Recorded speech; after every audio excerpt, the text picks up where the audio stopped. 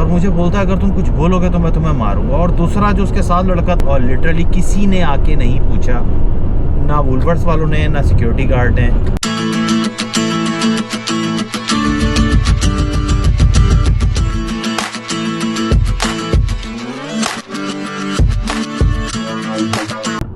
Hello friends, कैसे हैं आप लोग? उम्मीद करता हूँ आप लोग खैरियत से होंगे। तो भाई आज जो है मैं आपके साथ एक इंसिडेंट हुआ था वो शेयर करने लगा हूँ।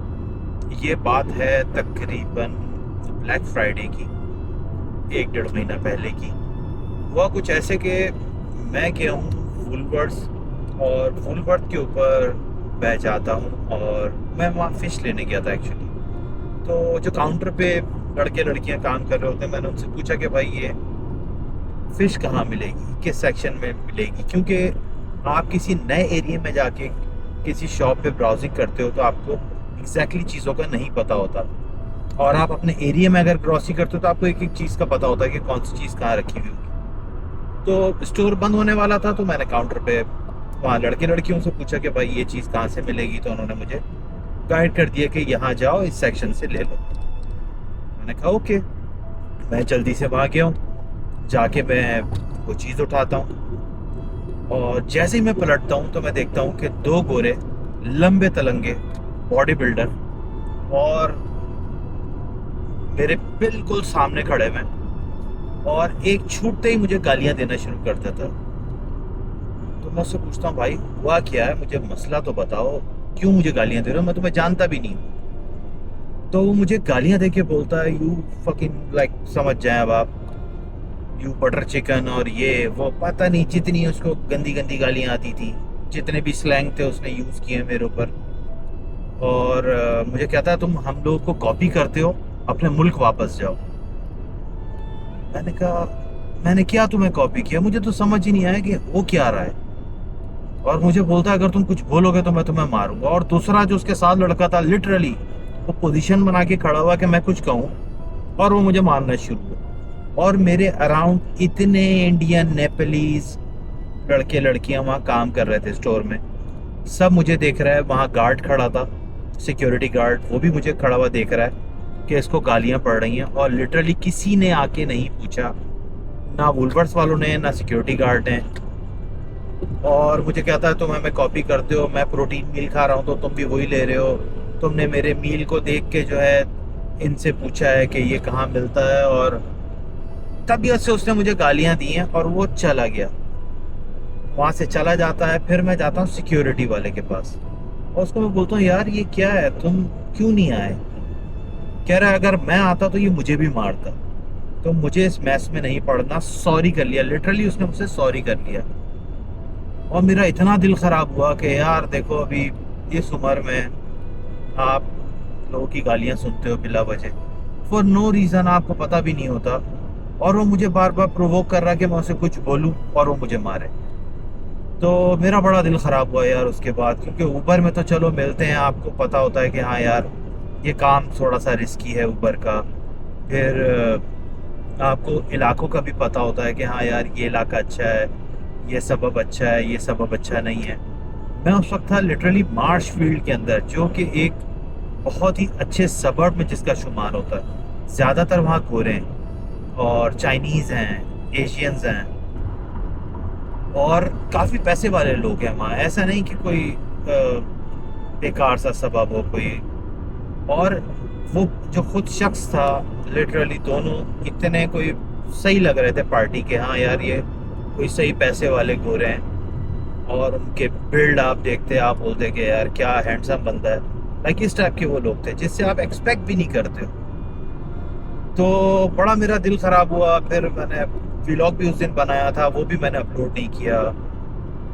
और उसके बाद तो मैंने शायद व्लॉग भी नहीं डाले, अभी लास्ट मैंने एक डाला था व्लॉग बस। मेरा लाइक लिटरली दिल उठ गया ऑस्ट्रेलिया से।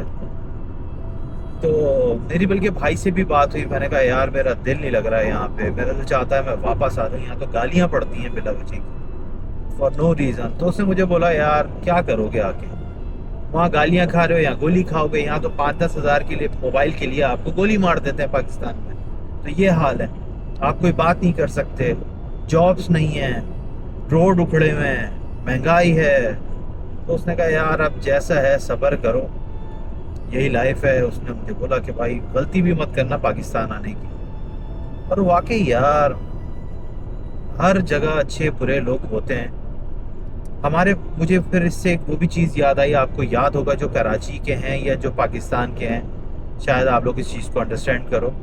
एक दौर था MQM का, मुझे आज भी याद है, हड़तालें हुआ करती थी। तो हम लोग मोहल्ले में बैठे हुए थे, सब बंद था, नीचे लड़के घूम रहे थे, पार्टी वाले मोहल्ले वाले, कोई इशू नहीं होता वहाँ पे। तो वहाँ पे एक आया रक्शे वाला, उसने किसी को उतारा, पार्टी के लड़के पहुंच गए उसके पास। तो उसने छूटते ही एक बात बोली रक्शे वाले ने, खुदा दी कसम है मैं महाजिरा। मतलब उसके खौफ का आलम ये था कि वो पंजाबी में बोल रहा था कि खुदा दी कसम है मैं महाजिरा। तो वही हाल हमारा है, हम भी महाजिर ही हैं। और ये यहाँ का हाल है भाई। ऊबर के अंदर भी इसलिए मैं आप लोगों को बोलता हूँ भाई कैमरा लगाओ, कुछ भी हो जाता है, फॉल्स आपकी कंप्लेन हो जाती है। और मुझे बल्कि मेरी भी एक दफ़ा कंप्लेन हुई थी अभी थोड़ा अर्से पहले। तो फिर मैंने डीडी वालों को वीडियो सेंड की थी, क्योंकि डीडी का मुझे ईमेल आई कि आपने इसके साथ मिसबिहेव किया है और आपको रिपोर्ट किया है आपके कस्टमर ने। तो फिर मैंने उनको वीडियो भेजी, मैंने कहा भाई देख लो कहाँ मैंने मिसबिहेव किया। मैंने सिर्फ ये बोला है कि उसको कहीं जाना था एक्स्ट्रा, तो मैंने उसको बोला भाई put the right location in your application then I will take you there.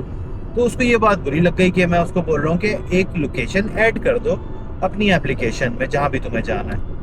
वो ये करना नहीं चाह रहा था, तो उसने मेरी कंप्लेन कर दी इस वजह से। तो ऐसे मामला होते रहते हैं, कैमरा लगा के रखो। और भाई मैं आप लोग को बार बार बोलता हूँ, ये मुल्क हमारे बच्चों के लिए तो शायद हो सकता है, हमारे लिए नहीं है। हम लोग यहाँ पे सिर्फ एक चीप लेबर हैं, या कुछ भी कह लो आप इसको। आप जो लोग घरों में रहते हैं, घरों से मतलब जो 9 to 5 जॉब करते हैं या जो फैक्ट्रीज में जाते हैं, आप लोग का सामना इतना होता नहीं है लोगों से, आप इतने हालात देख नहीं पाते हो।